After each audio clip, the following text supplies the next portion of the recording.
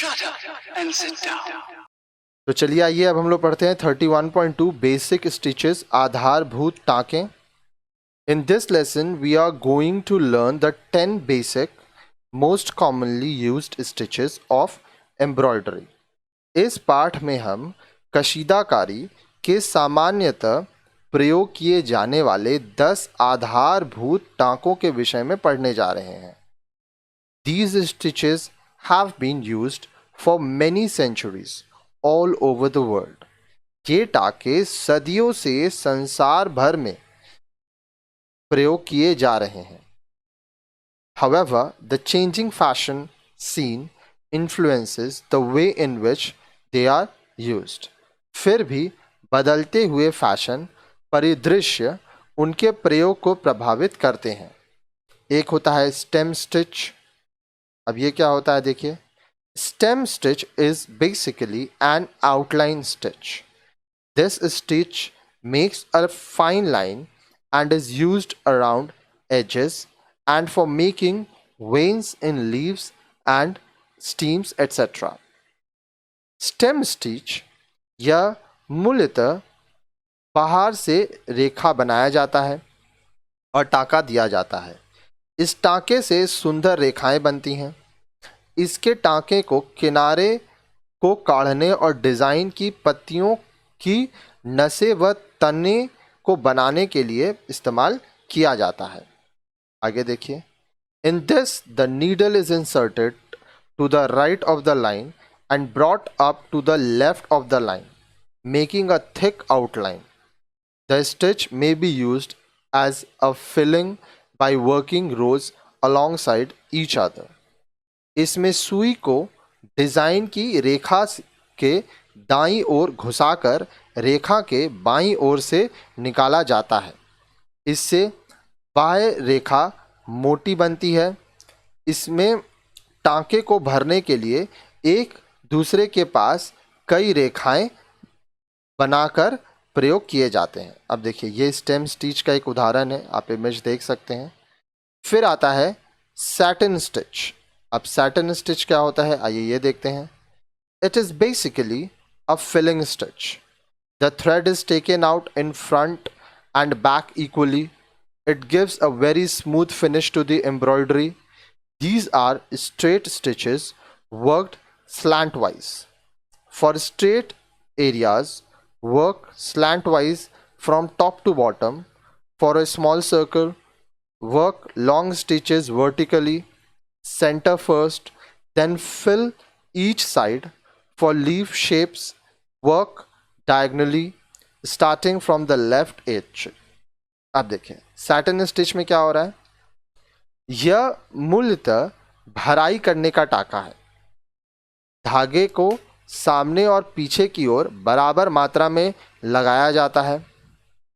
यह टाका कशीदे को चिकनी फिनिश देता है. यह सीधे टाँके हैं जो तिरछे लगाए जाते हैं. सीधे स्थान पर ऊपर से नीचे तिरछे ढंग से टाँका बनाएं. छोटी जगह के लिए लंबे खड़े टाँका लगाएं. पहले बीच में फिर दोनों ओर भरें. पत्तियों की आकृति के लिए बाएं किनारे से तिरछी कढ़ाई करें. तो यहाँ पे आप देख पा रहे हैं सैटिन स्टिच इस तरह से होता है. फिर आता है लॉन्ग एंड शॉर्ट स्टिच. इसको कहा जाता है long and short stitch. This is used to fill areas in solid and shaded colours. The first row is alternating long and short stitches.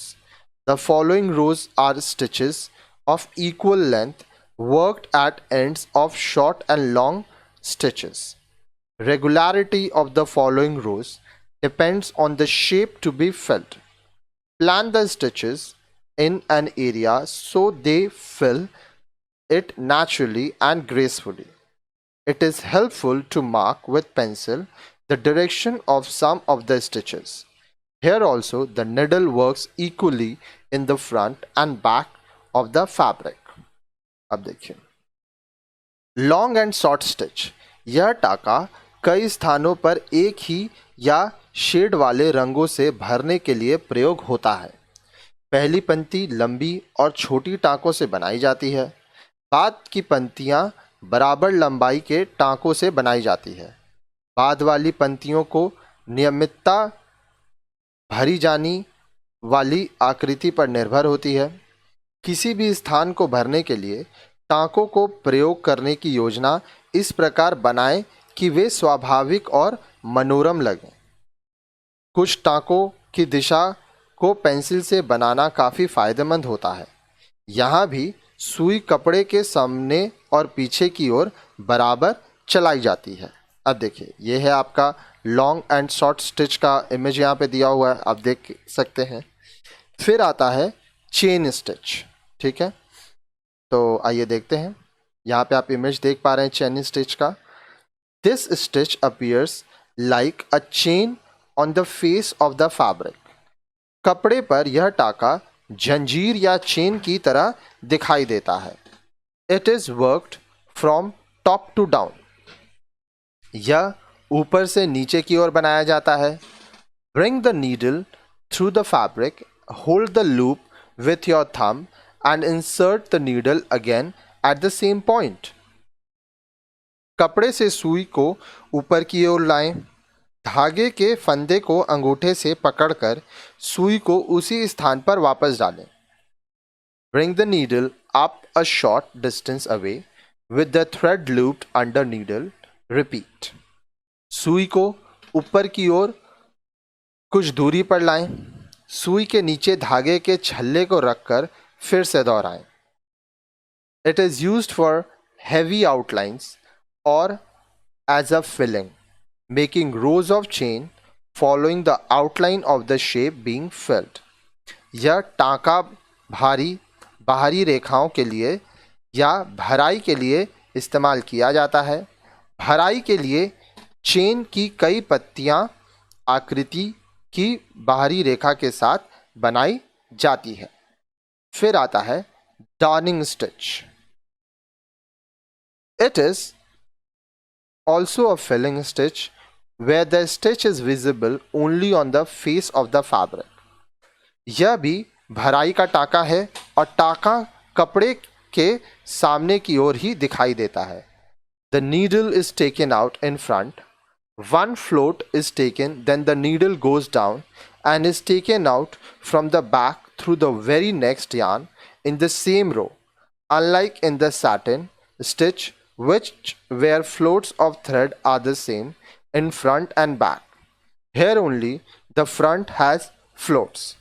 सुई को सामने की ओर लाकर एक टाँका लेकर सुई को नीचे ले जाया जाता है। फिर इसे पीछे की ओर से अगले की ही धागे से उसी पंक्ति में बाहर लाया जाता है। यह साटिन स्टिच से अलग है, जिसमें आगे और पीछे की ओर धागे एक समान ही रहते हैं। इस टाके में केवल सामने की ओर ही टाके आते हैं।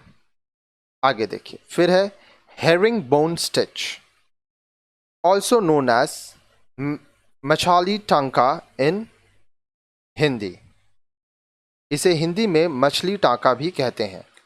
It is worked between the lines. Bring the thread up through the lower line, insert the needle in the upper line a little to the right and take a short stitch to the left. Insert the needle on lower line a little to the right and take a short stitch to the left.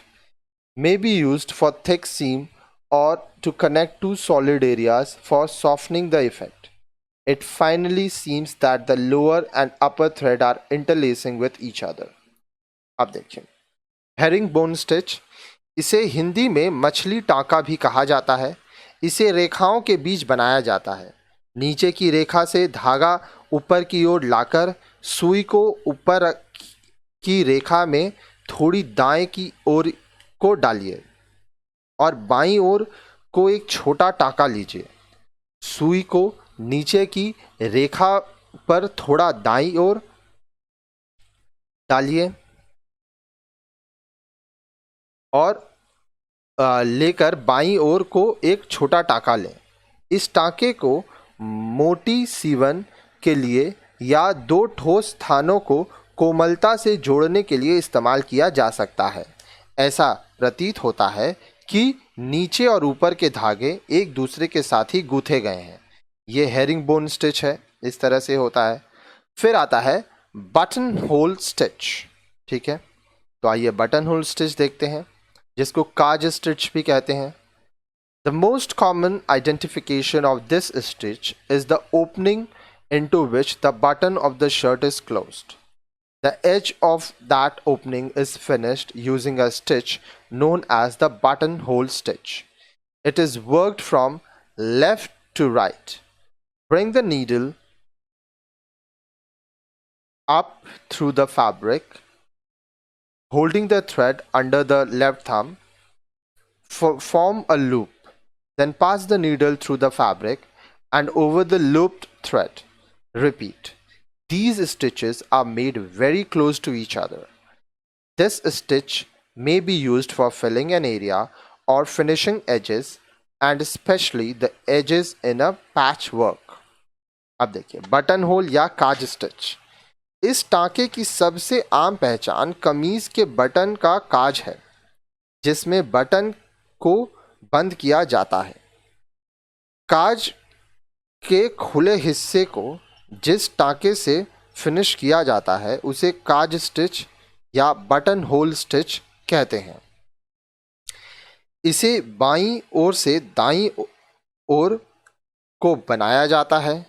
कपड़े से सुई को ऊपर लाइए, धागे को बाएं अंगूठे से पकड़कर एक फंदा बनाइए और फिर कपड़े को के बीच से सुई को फंदे के नीचे से लाएं और यही प्रक्रिया दोहराएं। ये टाँका एक दूसरे से काफ़ी पास पास बनाए जाते हैं। इस टाँके को किसी स्थान से भरने के लिए या किनारों को फिनिश करने और ख़ासकर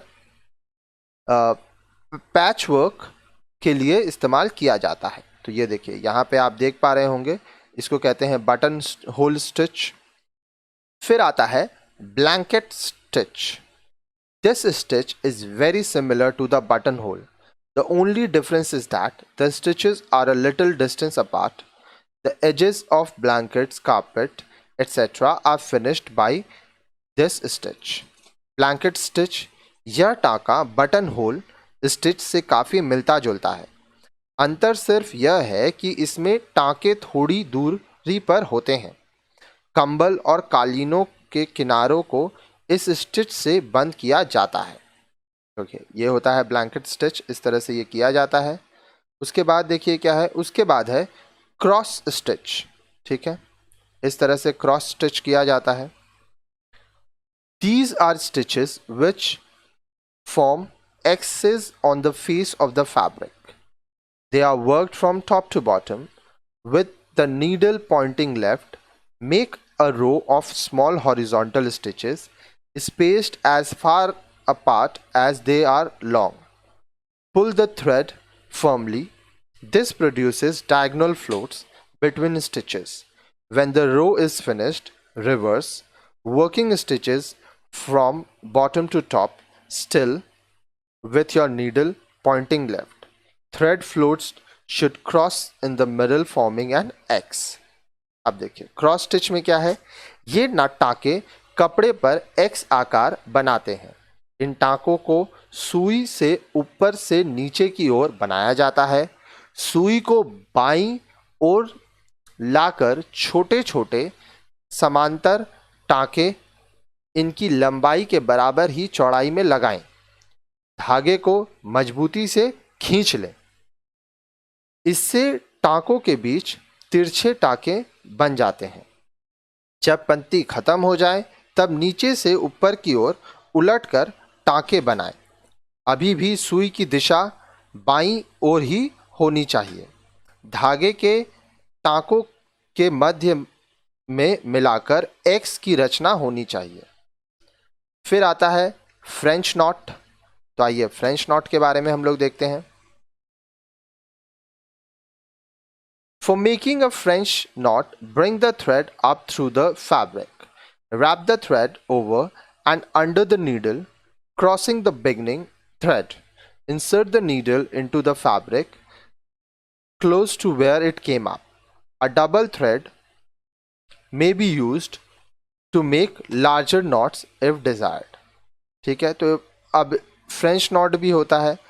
तो फ्रेंच नॉट के बारे में देखिए क्या लिखा है कि फ्रेंच नॉट बनाने के लिए कपड़े से सुई का ऊपर ले आए. धागे को सुई के ऊपर और नीचे इस प्रकार लपेटें कि पहले वाले टांके को यह क्रॉस कर ले. सुई को कपड़े में जहां से इसे ऊपर लाया गया था उसी के पास डालें. यदि बड़ी गांठें बनानी हो तो धागे को दोहरा कर लें. तो ये है फ्रेंच नॉट. इस तरह से यह फ्रेंच नॉट बनता है. तो इस तरह से आप देखें, हम लोग यहाँ पे टोटल 10 स्टिचेस देखें.